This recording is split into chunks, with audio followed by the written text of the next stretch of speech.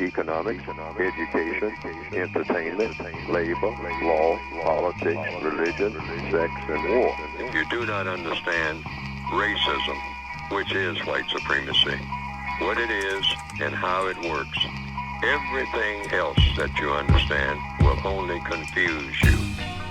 Confuse you. Confuse you. Confuse you. Confuse you. If you do not understand, confuse you.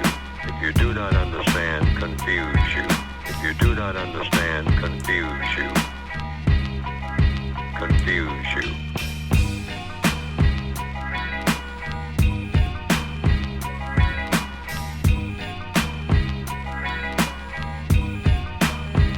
My definition of white supremacy and racism, I use those two terms as synonyms. I use the same definition for both terms. That definition is as follows: a global system of people who classify themselves as white and are dedicated to abusing and or subjugating everyone in the known universe whom they classify as not white. Economics, education, entertainment, labor, law, politics, religion, sex, and war.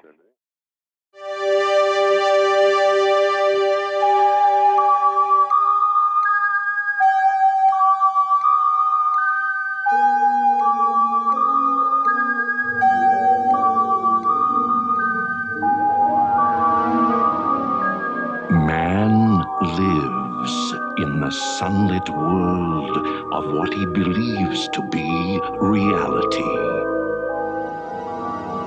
But there is, unseen by most, an underworld, a place that is just as real, but not as brightly lit. A dark side.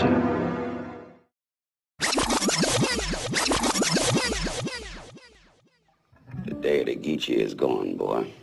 And you going with it. We can't let nobody go on believing we all fools like you. I first started hearing about 1898 in 1968 when Dr. King was murdered. There were riots in Wilmington, as there were all over the country. At the time, my family was deeply involved with First Baptist Church, and immediately adjacent to the church was the Wilmington Light Infantry building, which at the time was the New Hanover County Library. But the Wilmington Light Infantry still maintained a room in that building. And in that room was the guns they used in 1898, including the machine gun, which I used to play with when I was a kid. When I'd go to the library and there would be members of the Wilmington Light Infantry in that room or Red Shirt Militia in that room, I would go in there and listen to them talk about 1898 and how they had pulled off the coup and how they had killed hundreds and hundreds of people and how, they had taken over. And the words they used was, we put them niggers in their place. People here, they wouldn't talk about it. It's almost like post-traumatic stress or denial. No one really would talk about it. And I had a older cousin. She wouldn't talk about it. Only thing she would say was that it was not about what's been written. What really brought 1898 out was the Wilmington 10. I don't think if it hadn't been for the Wilmington 10, it would have still been a secret. Because in researching the Wilmington 10, you bump into 1898. You have to. You have to bump into 1898. It was the civil rights issue after the assassination of Martin Luther King. Of course, after the assassination, when Martin Luther King was killed in April of 1968, there was racial violence and burning and looting and rioting in over 100 cities. So when this Wilmington 10 thing came up, it was a big deal. There were high school students who were boycotting the school because they had closed down the black high school in Wilmington. And what happened was they started meeting at this church, and the Ku Klux Klan came by the church, shooting at the church, at the children who were inside. These were children inside the church. And most of them left after that. Right? It was 4 days of racial violence. 2 people were killed, almost $1 million worth of damage, if you count today's money. Right? But what they didn't count on was arresting Ben Chavis, who was highly intelligent, who had connections. And he started alerting all these people about what had been done. They arrested, a year after 1971, 1972, they arrested some people who later became known as the Wilmington 10. In the process, you had to look at the history of Wilmington. And when you looked at the history of Wilmington, you found out that the town is almost synonymous with racial violence.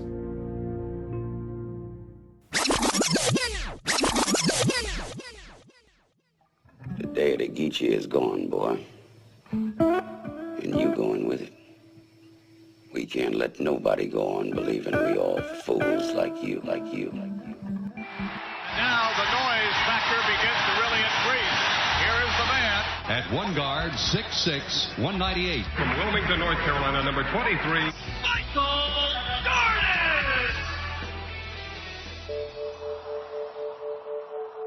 Michael Jordan, obviously the favorite son of Wilmington, North Carolina. Michael Jordan is Extremely talented, hardworking, entertaining, extremely competitive, a leader, earnest, dynamic, caring, larger than life, phenomenal, sore loser, and ultimately a champion. And it all started right here. And it all started right here. And it all started right here. For a long time, if you went to the library in Wilmington, North Carolina, there was one thing you weren't allowed to research. We were refused. We were rejected by the librarian. When I asked about or inquired about 1898, they wanted to know why. I was told that, yes, they had something, but they kept it under lock and key. The story of Wilmington in 1898 still isn't widely known. What happened here on what's now just this empty patch of grass would radically change racial politics in North Carolina. This is the story of an American election, but also of something we don't usually find in American history: the violent overthrow of a democratically elected government.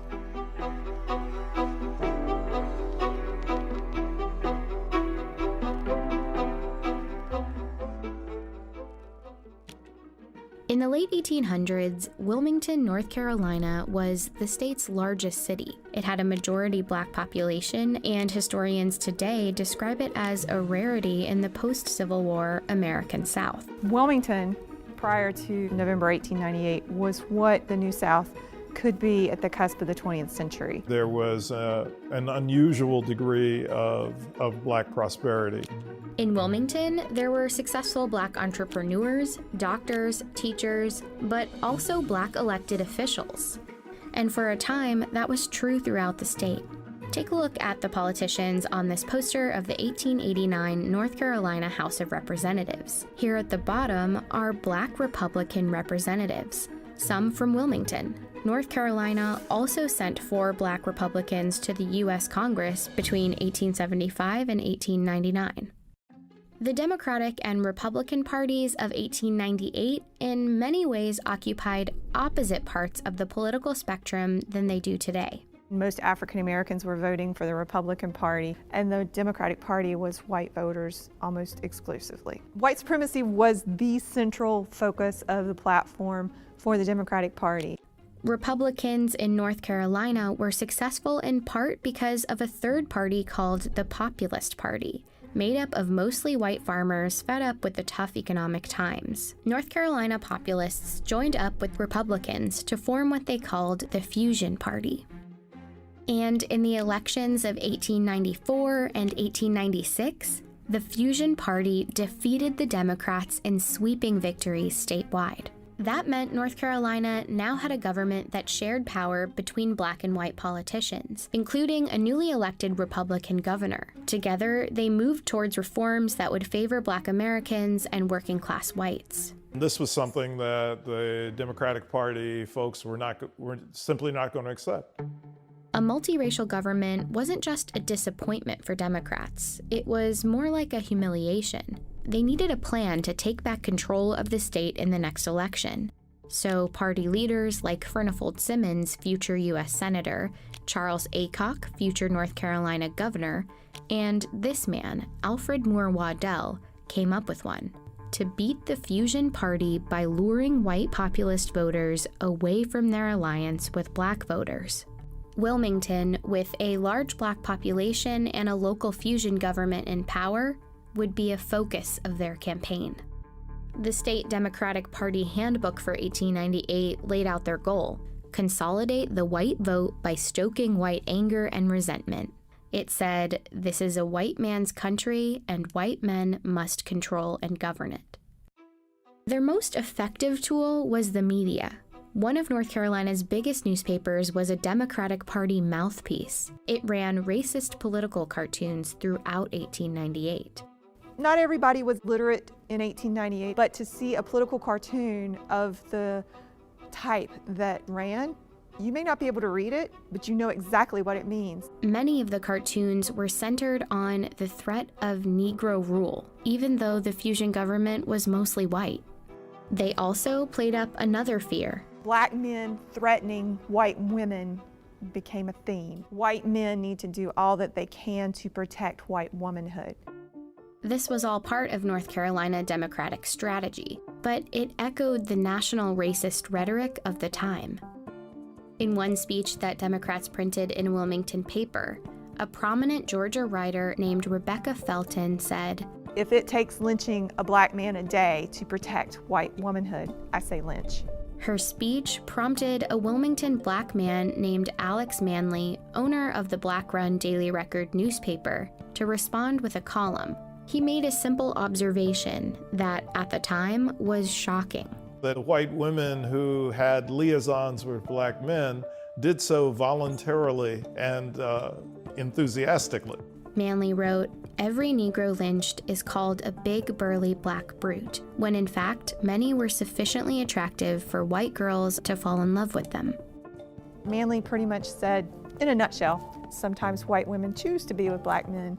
Manley's editorial became another tool for Democrats. Newspapers reprinted it, called it a horrid slander, and ran comments about it on a daily basis.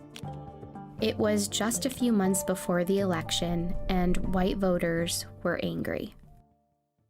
By the time the election rolls around on November 8th, black voters, Republican voters, had been thoroughly intimidated here.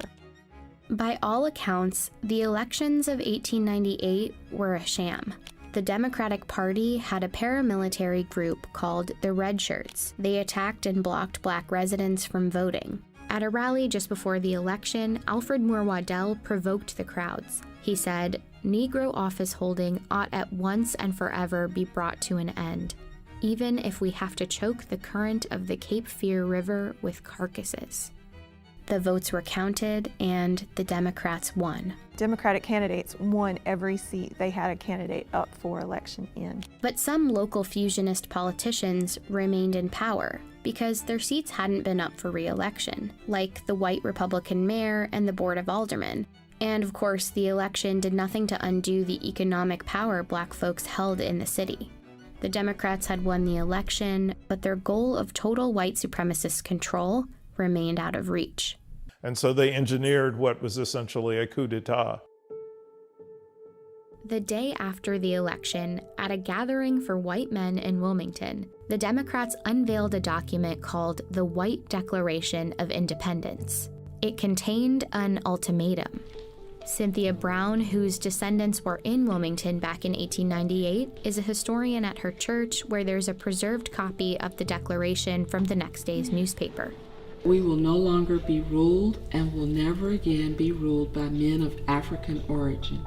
They would strip black men of voting rights. They would give white men a large part of the employment heretofore given to black men. And as for Alex Manley, "We demand that he leave this city forever within 24 hours. The next morning, hundreds of white men marched to the offices of the Daily Record. Manley was gone. He had fled to save his own life. They set the Daily Record building on fire. This is where it once stood. Once the white leadership destroyed Alex Manly's printing press, they destroyed one way in which the African American community in Wilmington could organize itself and keep itself informed. At City Hall, the mayor and board of aldermen were forced out. There's 200 armed men in City Hall at the time. They didn't do it of their own free will. And as they resigned, a new member selected by the Democratic Party was voted into office. Waddell, who once threatened to fill the Cape Fear River with black bodies, was the new mayor of Wilmington. Meanwhile, the mob had grown to about 2,000 men, and the violence spilled into the streets. In these photos, X's mark where the first black residents were killed. The stories are that they were dumped into the river, and there are varying stories about how many people were killed. I see 40 to 60 clearly as fatalities as a result of the violence, but I think it was higher. Many black residents hid for days in the swamps and the wooded cemeteries in the city, including Cynthia's great-grandmother. And thousands of other residents fled Wilmington, never to return. Shortly afterward, Democrats printed booklets celebrating a glorious victory, and in the newspapers depicted black residents as the instigators. This image is a gross misrepresentation of what actually happened during 1898. You know, what you see is African American men with guns, not white men with machine guns. The city never regained its black majority population. Jim Crow laws like literacy tests and poll taxes that prevented black people from voting were immediately enacted, and Wilmington's spirit of black opportunity was crushed. Black political representation in the state was over. It would be 90 years until North Carolina elected its next black Congress member. Wilmington did a really great job of covering up a very dark past for a very long time. Over the years, the textbooks on North Carolina's history have struggled to accurately describe what happened in 1898. This one from 1933 says the situation was unfortunate for both races. And this one from 1978 doesn't have that much more detail. But they both praise Charles Aycock, a politician who helped perpetrate the riot. They say he had a keen mind and a kind heart, and that, in fact, he was one of the best friends that the colored people had in the state. It's a legacy that North Carolina has yet to fully undo. The names of the perpetrators are on Wilmington's school buildings and city parks. But the legacy is also bigger than those names. Turn on the news, and the state's long history of political suppression echoes. And we turn to a strict new voter ID law in North Carolina. Racial gerrymandering and a push for new voting maps. The court says the Republican-led legislature redrew congressional districts along racial lines, violating the Constitution. There's a tremendous amount of intimidation that is still felt by the black community. It doesn't have to be mass mayhem and violence in the streets. The strategy shifts towards designing state laws in such a way that you could exclude blacks from voter participation. The subliminal pursuit of continuing the white Declaration of Independence. And if you don't see it for what it really is, it can happen all over again.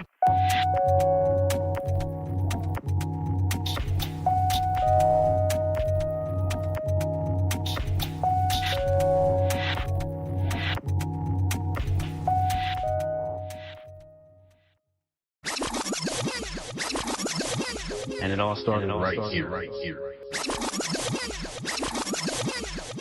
And it all started right here.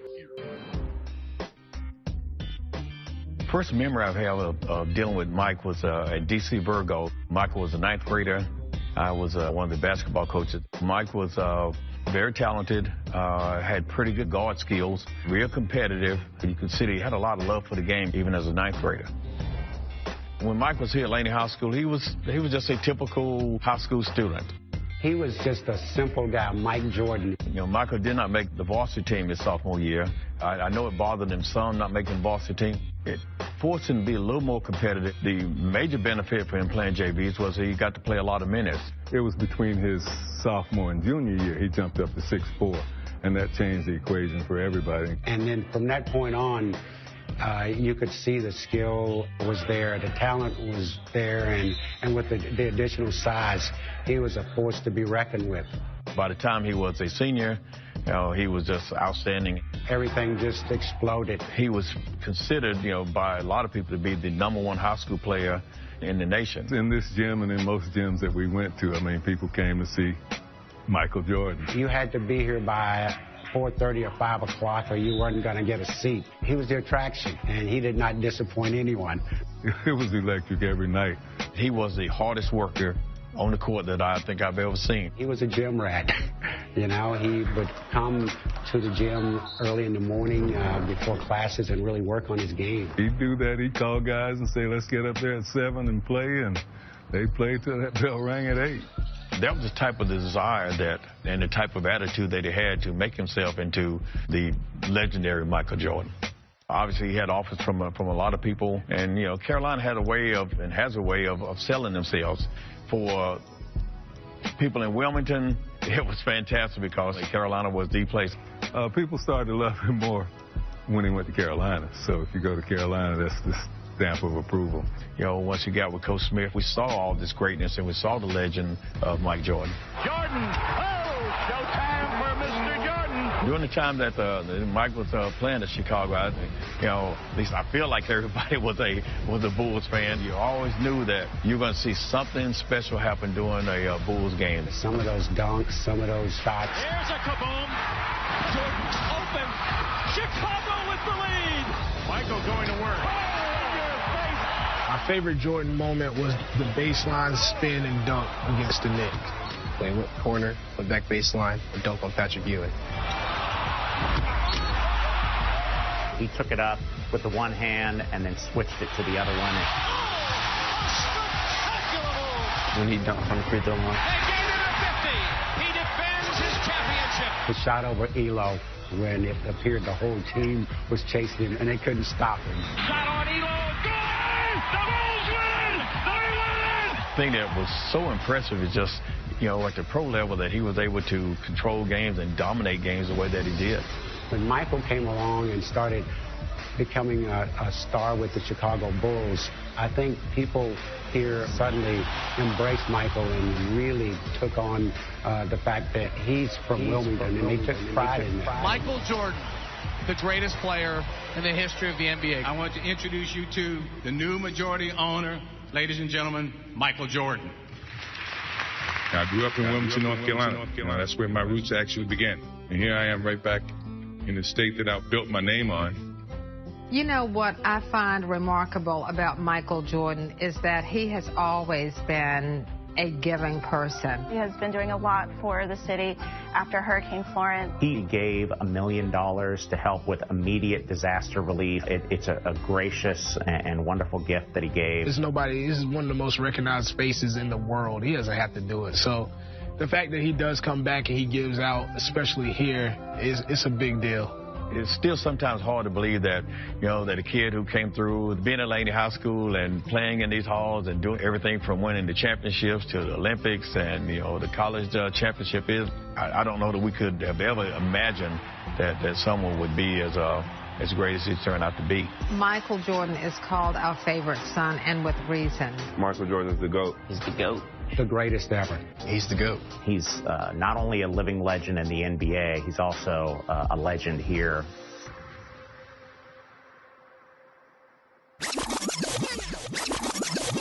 And it all started right here. And it all started right here. 1898, a year that changed the trajectory of Wilmington, North Carolina. A coup d'etat killed an indefinite number of black citizens and drove many others out of the city. The derailment for the black community was so severe, some descendants of those who lost everything believe they should be compensated for what it cost their families over the past 121 years. Relatives of the white supremacist who took over the city, though, strongly disagree. Tonight, the tale of two descendants. This area here is where the Daily Record actually stood. Inez Campbell-Eason looks upon this empty lot every Sunday when she goes to church, a place for reflection for her because what happened here led to a chain reaction that forever changed the lives of her family members. Wilmington was a great place for people of color after slavery. By 1898, they made up more than 50% of the population, prominent in both the business community and city government. They essentially ran the city. Then, on the morning of November 10th, 1898, about 2,000 white supremacists stormed the streets of Wilmington, armed with military-style weapons with one goal: to take over the city. They began by burning down the black-owned newspaper called the Daily Record. That was indeed my great-great-grandfather, Isom Quick. Campbell-Eason's great-great-grandfather was one of the black business owners who lost everything, including much of his real estate property. He was on a charter for the black-owned bank here called the Metropolitan Trust Company. Quick, like many blacks who had evolved from slavery, proudly worked as a free man to provide a good life for his family. They were very literate, well-educated, many of them, and were artisans, as far as skills, and, had various trades, masonry, welding.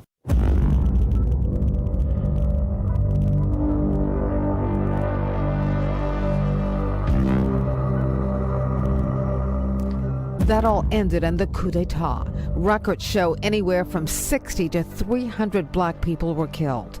Thousands more were forced to get out of town or die. Eason's great-great-grandfather survived and stayed, but his business was gone. And I can only imagine the degradation that they went through, seeing their possessions taken, seeing businesses that they had, stolen. She believes her family and other black descendants of people who endured that massacre should receive reparations in the form of tax breaks or no-interest loans. I do. No, I don't. A descendant of one of the white supremacists who took over the city, though, does not. George Roundtree's grandfather was one of the influential white men who organized that takeover. My grandfather. Your grandfather was part of the first George Roundtree, yeah. He was the lawyer and advisor to the Committee of Nine. So the Walker Taylors and the Hugh McCraes had my grandfather advising them what to do.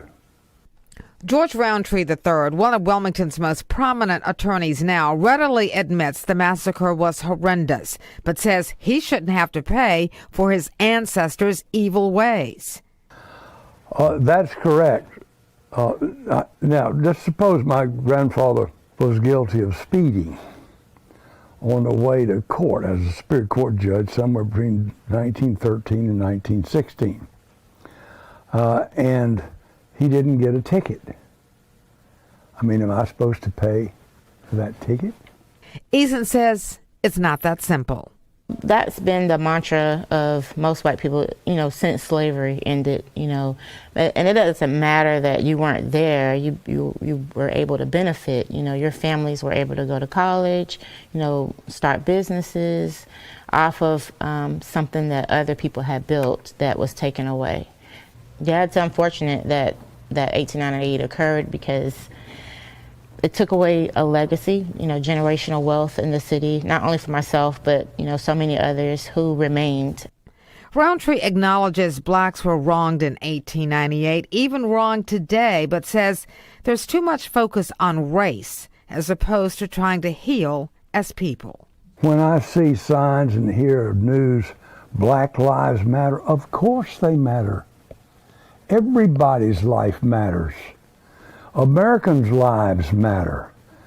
When we can identify as Americans instead of Hispanics, blacks, Anglo, Jews, whatever, we will be where we need to be. We're not there. Now, there is no disputing that while reparations remain a controversial remedy today, the effects of 1898 still linger. More than a century after the coup, Wilmington's black population is currently about 18%. That's a far cry from the over 50% in 1898. It forever changed the course of Wilmington's history and the lives of the descendants of that massacre. And it all started right here. And it all started right here. The day of the Geechee is gone, boy. And you going with it. We can't let nobody go on believing we all fools like you. You are now listening to P.A.R. That's People Activity Radio. And I'm your host, JohnGHorse. Welcome. You have found your family in a peaceful place. P.A.R. is a family-friendly information distribution program seeking to inform non-white people, in particular black classifieds, and assisting in counter-racist codification. The title of today's show is the 1898 Wilmington, North Carolina race riot / Coup D'état, Michael Jordan, Fusion Politics and Racial, Dislocation Confusion. One more time for the title of today's show is the 1898 Wilmington, North Carolina race riot / Coup D'état, Michael Jordan, Fusion Politics and Racial, Dislocation Confusion. Let's get it in. Hold on. Gotta let BB sing this right quick.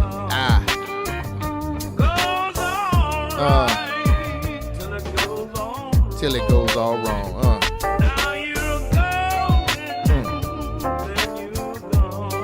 Yeah. Now we can get it in. Where do we begin? And again, this is People Activity Radio Podcast, and I'm your host, JohnGHorse. Welcome. You have found your family in a peaceful place. And I hope I assist in removing confusion. Today's topic is Wilmington, North Carolina. Famously known as the hometown of Michael Jordan, arguably the greatest basketball player to ever play the game.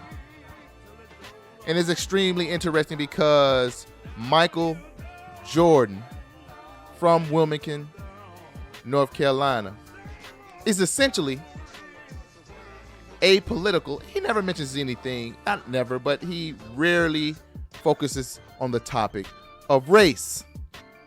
But when you say Michael Jordan from Wilmington, North Carolina, if anybody knows anything about history, especially in North Carolina, you know about Wilmington. And it is all mixed up, stirred, and shaken in race. You understand me? In particular, 1898, Wilmington race riots. Now, this particular show is inspired by a documentary which was produced by Christopher Everett, and the name of that documentary is called Wilmington On Fire, and you can find information about this documentary on WilmingtonOnFire.com. It also was executively produced by well-known Hidden Colors film creator, Hidden Colors franchise creator, 1804 creator, Tariq Nasheed. But I digress. Back to the topic. 1898, Wilmington, North Carolina. Well, in the clips you heard that I played prior to me speaking, I played a clip of a brief history of the Wilmington, North Carolina coup d'etat. And I say coup d'etat because it was that. It was a coup d'etat, a government-sanctioned coup d'etat. What you had was a bustling economic platform, a bustling economic system, bustling economic foundational Black American economic environment where those people who were subject to Black classification were competing on all levels of society. And they were competing under the protection of the federal government, so they thought. They were competing under a just government, so they thought. Now, what would make these people who were classified as Black think that they were competing under a just government? Well, they fought and they took their freedom, and the incentive given to them, and I'm speaking of the foundational Black American Union troops that fought for the Union Army in the Civil War, that not only liberated themselves, they also won the war against the Confederacy and saved the Union. And the incentives and tangibles that were promised to these warrior heroes who found themselves subject to Black classification was justice from the federal government of the United States. So under that context, they were given land, not given, they earned land.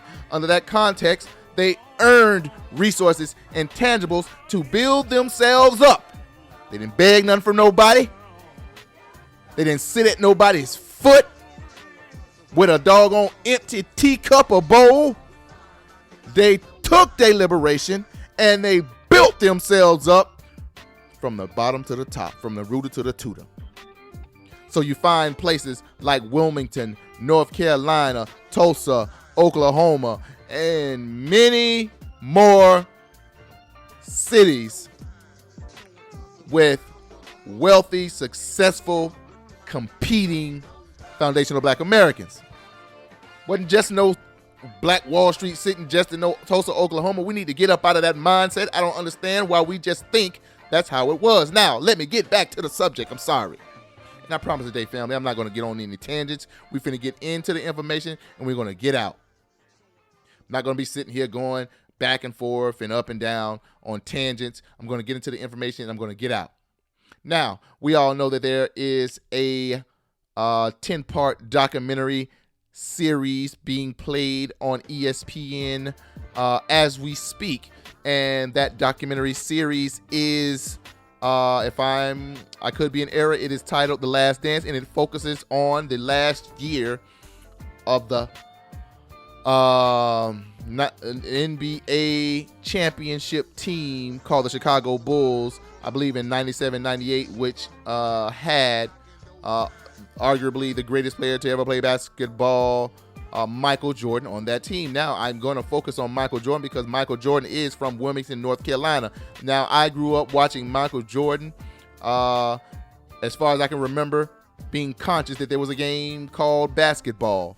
And I gotta admit, I was a bigger football fan than basketball. But when Michael Jordan was on television, man, everybody was watching, and I was one of those kids. Now, under that context, I knew that Michael Jordan went to the University of North Carolina. I knew that Michael Jordan was born and raised in Carolina somewhere. I did not know it was Wilmington, North Carolina. I'm going to say that it is a crime that I didn't know it was Wilmington, North Carolina, because Wilmington, North Carolina, for foundational Black Americans, is and should be a beacon of pride. Because when you talk about Wilmington, North Carolina, again, one of those cities that build themselves up to compete not only in the local economy, in the national economy. Everything that you can think of that is needed to create a metropolis, Wilmington, North Carolina had. Black banks, black oil tycoons, black manufacturers, black agriculture. You understand me? Black newspapers and press, print and press, black this, black that. Everything that is in your imagination, foundational black Americans had their hands in it. And it was a port city. So you got trade and barter going on. From my understanding, nationally and internationally. You understand me? Continentally and internationally. Again, I'm slurring my words because this story, it's all in my head and I want to get it out. So Michael Jordan, arguably the greatest basketball player to ever play the game, is from Wilmington, North Carolina. But there's a hidden history of Wilmington, North Carolina that most people in North Carolina, Wilmington, North Carolina, don't know.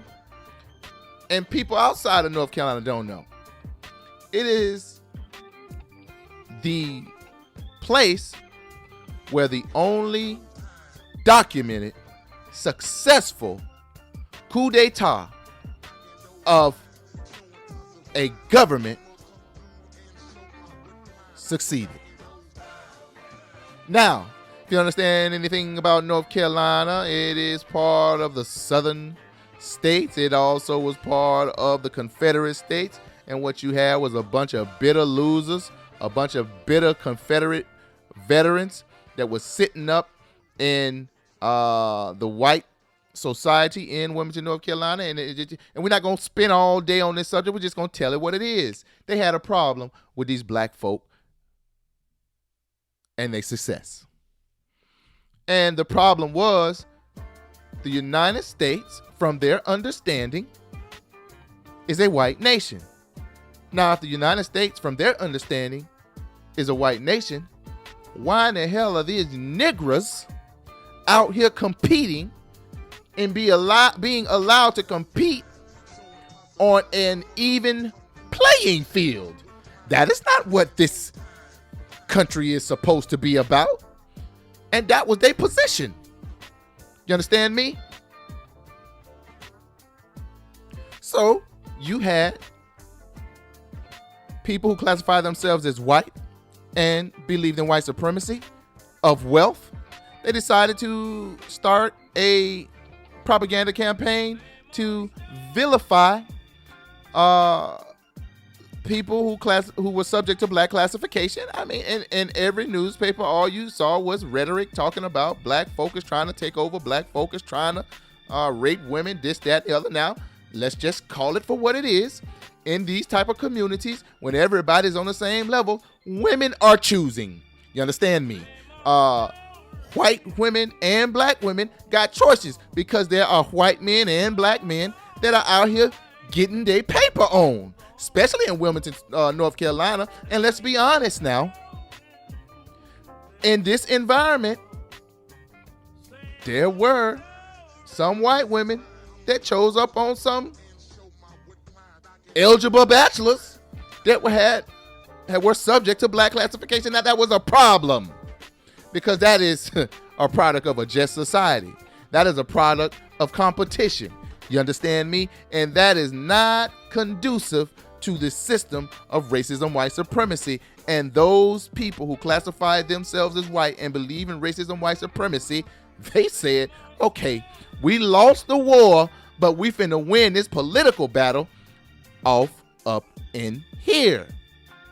Now, you had this party called the Republican Party in Wilmington, North Carolina, that consisted of white politicians and black politicians, and they were practicing fusion politics. And as I read, they were passing legislation that pretty much worked as just legislation. And you had opposing party called the Democratic Party, which was the party of the Klan and red shirts and any other group that had anti-black religious beliefs. And we know these people were white supremacists because they were self-proclaimed white supremacists. And all their newspapers and all their rhetoric, they told you who they was and what they was about. They was about removing all justice in Wilmington, North Carolina. And they drew out the white Constitution, pretty much stating, by any means necessary, we finna take our government back in Wilmington, North Carolina. Now, any means necessary meant by any means necessary. So they started codifying their language. They started to strategize. They started to plot. They started to plan out war on foundational black Americans in Wilmington, North Carolina. Now, I'm going to critique the ancestors in Wilmington, North Carolina. I know all of them weren't on this level. I know the non-respectable foundational black Americans was armed to the tooth. But when you have foundational black Americans competing on another economic level, they tend to separate themselves away from the unrespectable foundational black Americans. And that is a deadly mistake that we must correct ASAP.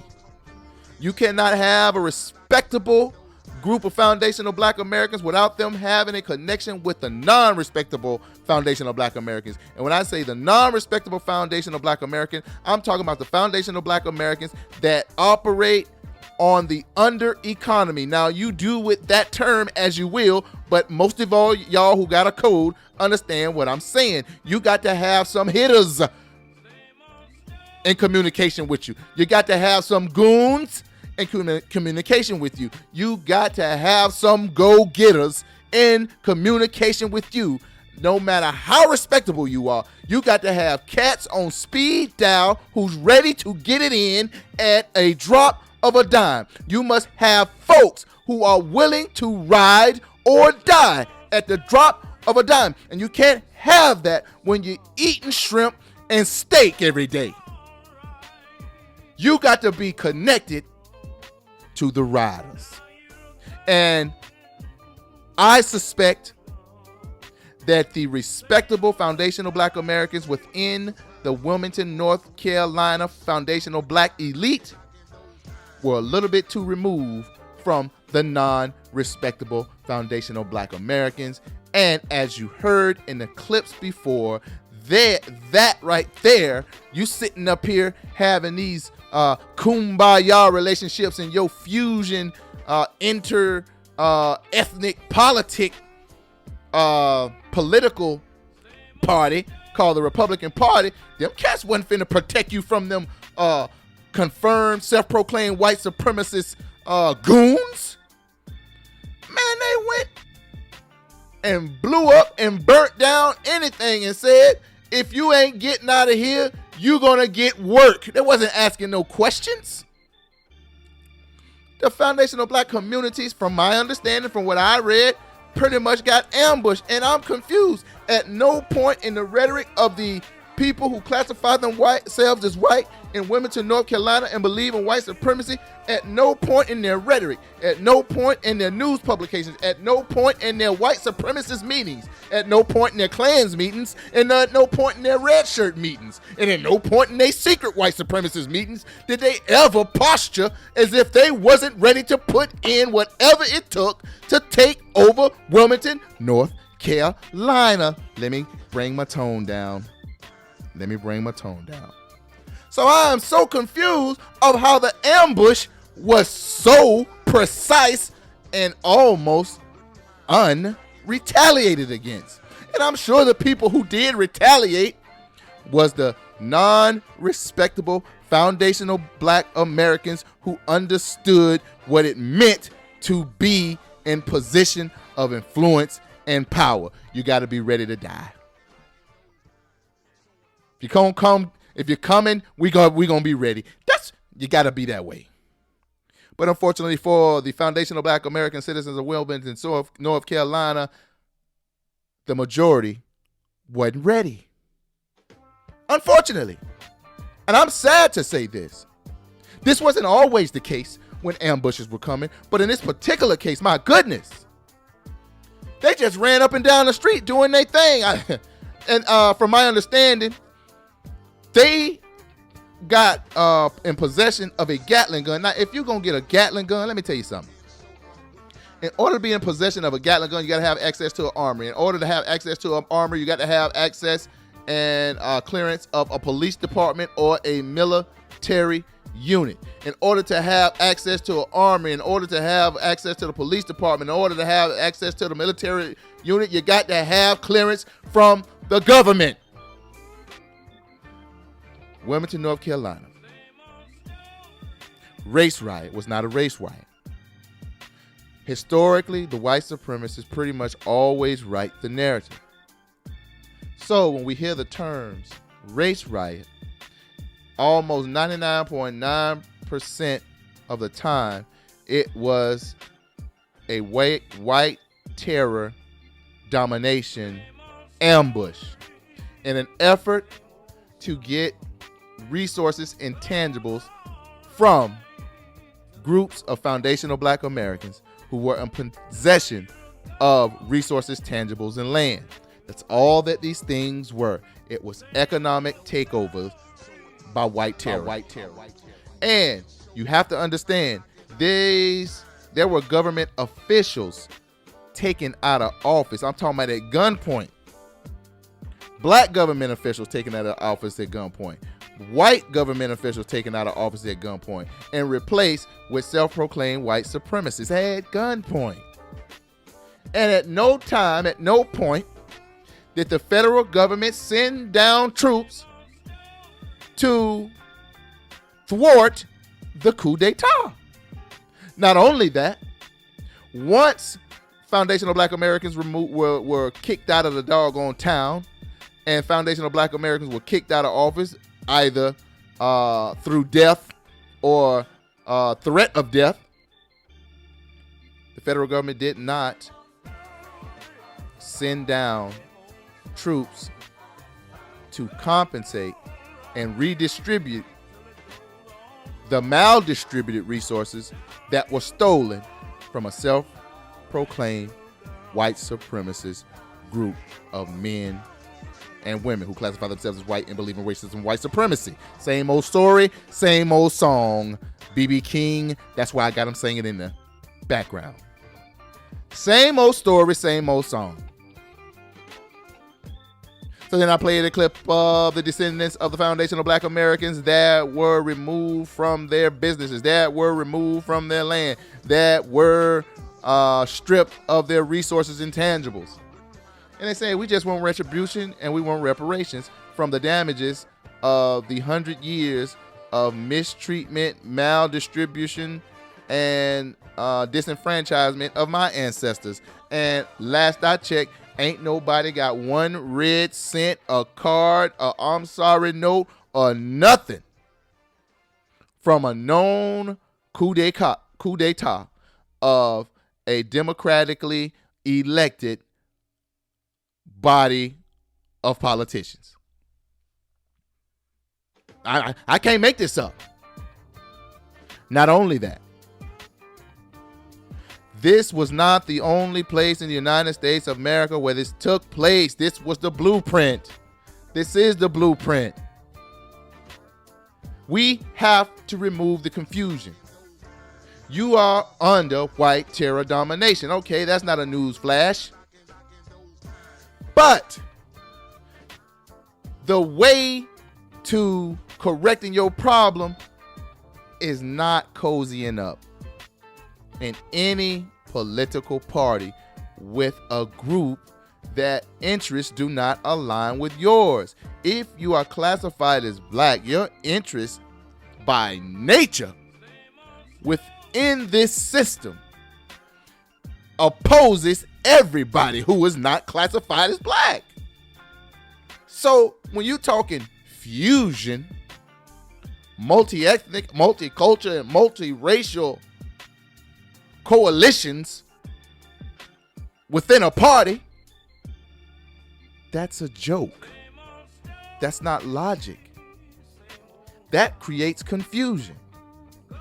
While you're around here spending your life energy looking for good white folks to partner up with, The white supremacists are laughing themselves to the bank with all the resources because they know that anytime, if there is a person that is classified as white that is good, they yield no power in white society. So, okay, I found a good white one. Well, they ain't never stepped to the bad ones. The bad ones running everything. You understand me? See how that works? Now, when I say bad, bad is not bad to those people who are classified as white, because bad gets them in the position of being supreme. They have domination over all areas of people activity. And Illy Fuller Jr. tells us the 9 areas of people activity is economics, education, entertainment, labor, law, politics, religion, sex, and war. And I add a 10th, health. People who classify themselves as white and believe in white supremacy dominate all 10 of those areas. If we aspire to get ourselves out of this rut, we must develop a militant disposition, a religious appetite for our self-interest. Not only that, we must get rid of this tribalism, this respectable community and non-respectable community. If the respectable community, the blue-collar community and the foundational black community, and the non-respectables do not create a system and where we all are connected together, you following me? Divided, we gonna fall. You got to have people on speed dial that's ready to put in work. You also got to have people on speed dial that can snake your drain when your plumbing clogs up at your house. You also got to have people with trade skills and trades that can weld and are electricians and have HVAC training, and I can go plumbing training. You got to have teachers, architects. I mean, you got to have everybody together. Everybody. Just because you are wealthy and you a business mogul and foundational black, you still got to be connected to your group, because when the white supremacists come for you, then you start to be talking about, oh, they coming after us. No. They coming after you, player.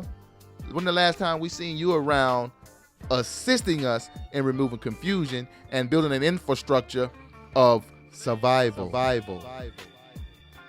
Prime example is Bill Cosby sitting in jail right now talking about something, I'm gonna die, I'm not gonna be able to survive the coronavirus in jail. Let me tell you something. As long as the white supremacists got something to do with it, your old butt gonna die in jail from coronavirus.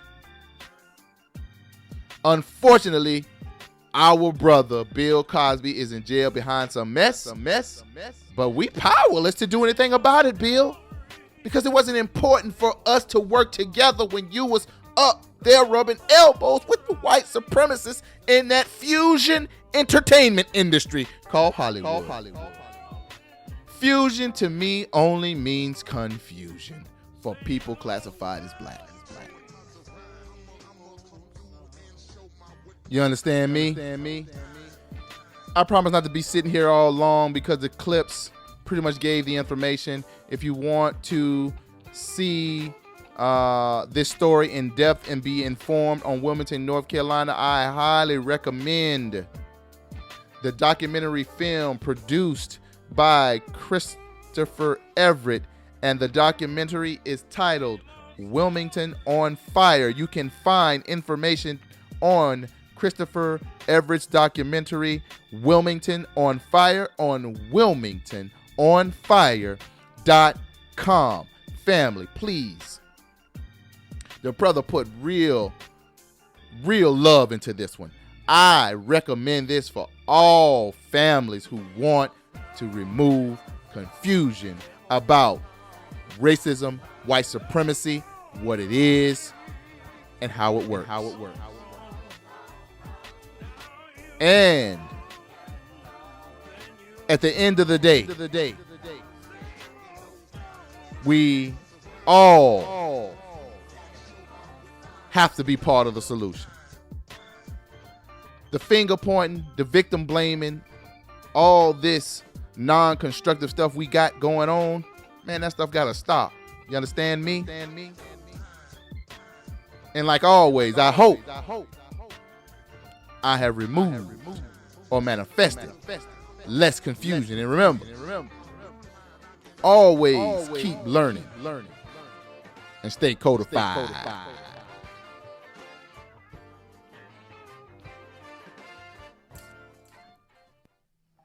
The day of the Geechee is gone, boy. And you going with it. We can't let nobody go on believing we all fools like you.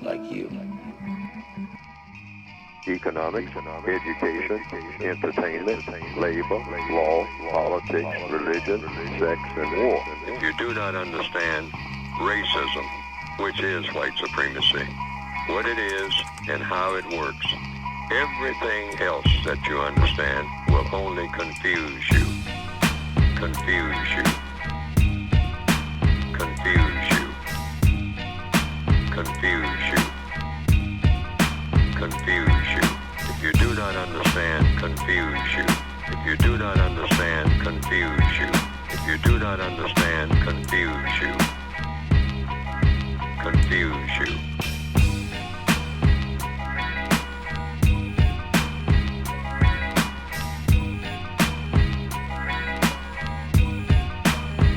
My definition of white supremacy and racism, I use those two terms as synonyms. I use the same definition for both terms.